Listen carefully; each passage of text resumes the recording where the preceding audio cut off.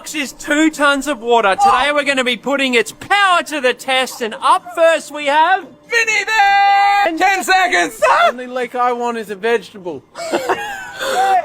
Big. Here it comes. Big. Oh yeah, come on!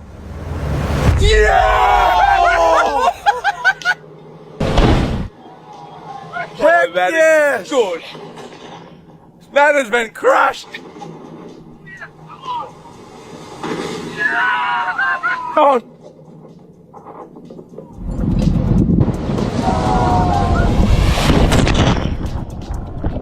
Oh, I didn't bring any socks. Look at a piece out here!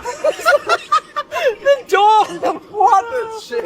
That's a 25-meter door, yeet. As you guys can see, the car had absolutely no chance. And the water only weighed 2,000 kilograms, that's 2 tons. And the reason why I say only 2,000 kilograms, which is still quite a lot, is because not many people know, but the average weight of a single cloud is 500,000 kilograms. One cloud. That's 250 times the weight of that container that they just dropped. Imagine the same people dropping 250 containers at the same time, and what that would do. That would probably cause some sort of explosion. Now imagine a single cloud was to crash on top of our heads right now in the cities that we live in, and what effect that would have after watching that video.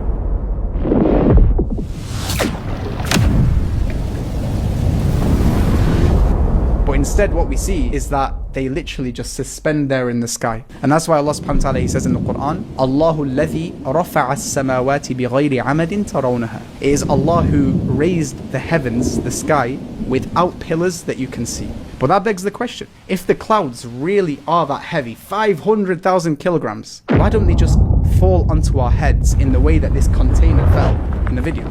The answer to this question is a proof that the Quran must be divine, it must be from our Creator. So I need you to pay attention because I'm going to show you how. And to show you how, I need to first explain how the clouds form in the first place. You see, when the sun heats up the earth, the water on the surface of the earth starts to evaporate. And as this water vapor rises more and more, it starts to cool down and condense into these tiny little water droplets. And the wind then comes along and it gathers these water droplets into a clump and forms a cloud. But here's the thing, the droplets never join together. They don't physically join together. They stay close to each other, they stay fragmented, they stay separated, but they never join together. This is a very important point. So essentially a cloud is like millions of tiny water droplets which are separated. Now, as more and more water vapor rises and it gets pushed into the cloud, this water vapor condenses in these water droplets and it makes these water droplets heavier and heavier and bigger.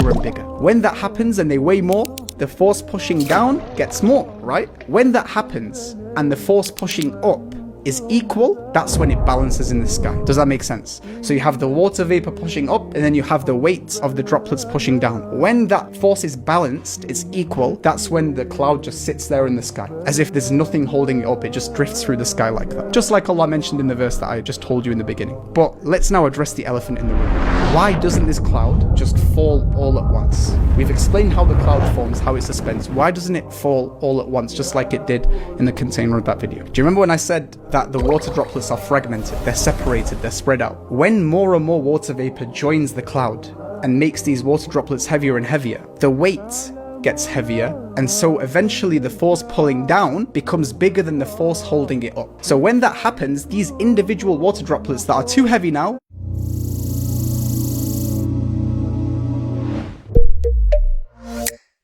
it is starting to get really cold outside and I'm in need of some new winter clothes. So let's go shopping. So I headed to Luca Filoni's flat. they drop.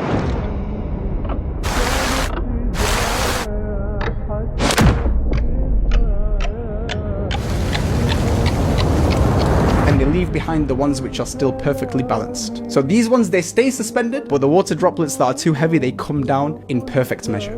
Not too much that it destroys us like it did with that car in the video, but not too little such that the earth remains dry and broken and dead. And because of this delicate, intricate process of the rain coming down in parts like this from the clouds, this is why me and you are surviving today. This is why the earth is so alive with fruits and vegetables of shapes and colors and sizes and tastes. This is why all these millions of species on earth can survive, because of that water, that rain coming down. Incredible. But how does this prove that the Quran is divine? You see, this entire process that I've described of rain coming down is a very subtle process. It's invisible. You can't really see it happening. Can you see the forces pushing up and the forces pushing down? Can you see it unfolding before your eyes? No. And that's why you need very complex technology and very complex physics to learn about how it works, to see how it works. In fact, meteorologists, which are a specific type of scientists, they learn about this process by using very complex equipment like satellites.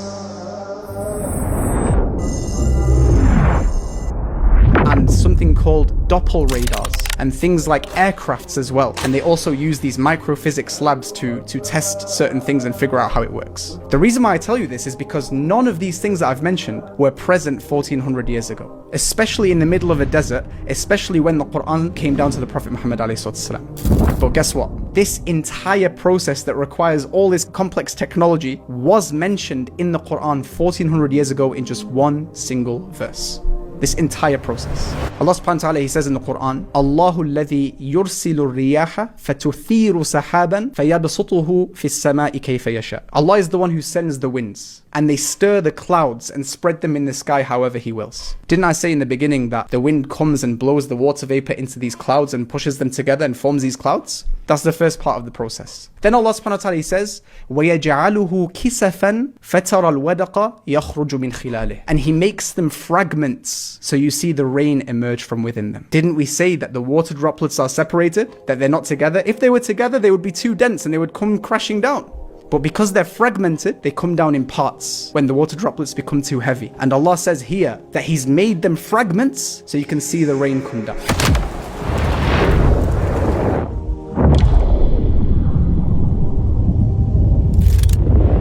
Then Allah subhanahu wa ta'ala, He says, فَإِذَا أَصَابَ بِهِ مَن يَشَاءُ مِنْ عِبَادِهِ إِذَا هُمْ يَسْتَبْشِرُونَ. And when He causes it to fall on whoever He wills, immediately they rejoice. Meaning it's a source of happiness, it's a source of life that rain comes down. Now wallahi, anyone with a sincere heart will be certain that this can only come from a divine source. Especially considering the Quran contains not just things about rain, but also about the stars and the mountains and the sea and the universe, and the list goes on and on. But with that said, I want to give you a little spin, this miracle that I've just shared with you. This miracle isn't just to give you conviction that Islam is the truth. It's also to remind you of the inevitable of us coming back to life in the next life. In a verse in the Quran, Allah subhanahu wa ta'ala, He says, وَمِنْ آيَاتِهِ أَنَّكَ تَرَى الْأَرْضَ خَاشِعَةً فَإِذَا أَنزَلْنَا عَلَيْهَا الْمَاءَ اهْتَزَّتْ وَرَبَتْ إِنَّ الَّذِي أَحْيَاهَا لَمُحْيِي الْمَوْتَى إِنَّهُ عَلَى كُلِّ شَيْءٍ قَدِيرٌ. Allah subhanahu wa ta'ala, He says, among His signs is that you see the earth lifeless, it's dead. But when we send the water upon it, it stirs to life and it swells. It brings forth